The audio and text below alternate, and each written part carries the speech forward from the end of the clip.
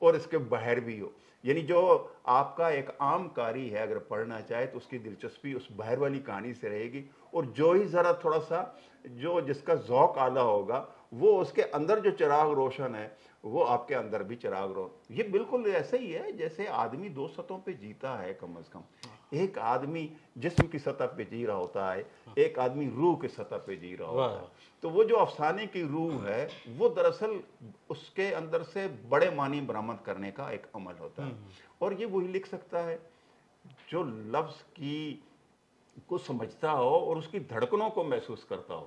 یعنی لفظ کو انسانی وجود کی سطح پہ سمجھتا بھی ہو اور دیکھتا ہو کہ کیسے ان لفظوں کو برتنا ہے اور کہاں برتنا ہے اور کس قبیلے کے لفظ کو کہاں پہ رکھنا ہے, اور جملے کی ساخت کیا ہو, جملوں کے بیچ میں آپ کو ایک آہنگ پیدا کرنا ہے وہ کیسے آپ نے پیدا کرنا ہے, بٹوین دی لائنز آپ نے کچھ معنی رکھنے ہیں تو وہ کیسے رکھنے ہیں. تو یہ سارے عوامل جو ہیں اگر آپ کی نظر میں ہیں تو آپ اچھی فکشن لکھ سکتے ہیں اور لکھتے ہیں, ورنہ آپ کہانی لکھتے رہیں گے.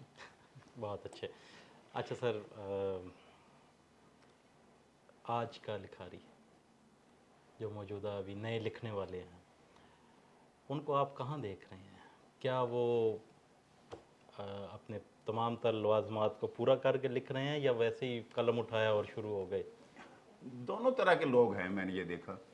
کبھی کبھی کوئی ایک آدھ نظر آ جاتا ہے آدمی کہ بہت عمدہ لکھنے والا ہے, کبھی کبھی, اور ایسا بھی ہوتا ہے کہ بہت سارے لکھنے والے چونکہ آپ فیس بک کے اوپر بیٹھے ہوئے ہیں, آپ ٹویٹر کے اوپر بیٹھے ہوئے ہیں, آپ واٹس ایپ پہ بیٹھے ہوئے ہیں, آپ فوراً کوئی چیز لکھتے ہیں, لکھ کے آپ فوراً اس کے حوالے کر دیتے ہیں, ادھر واہ واہ شروع ہو جاتی ہے, آپ سمجھتے ہیں کہ میں نے بڑا مارکا مار لیا ہے. لیکن ہوتا یہ ہے کہ آپ ایک سراب کو دیکھ رہے ہوتے ہیں اور آپ کو اندازہ ہی نہیں ہوتا کہ یہ جو آپ کام کر رہے ہیں یہ تو کچھ بھی نہیں ہے, یہ وہ بلبلا ہے پانی کے اوپر جو ذرا سا وقت کے بعد اس نے پھٹ جانا ہے اور ختم ہو جانا ہے اور معدوم ہو جانا ہے.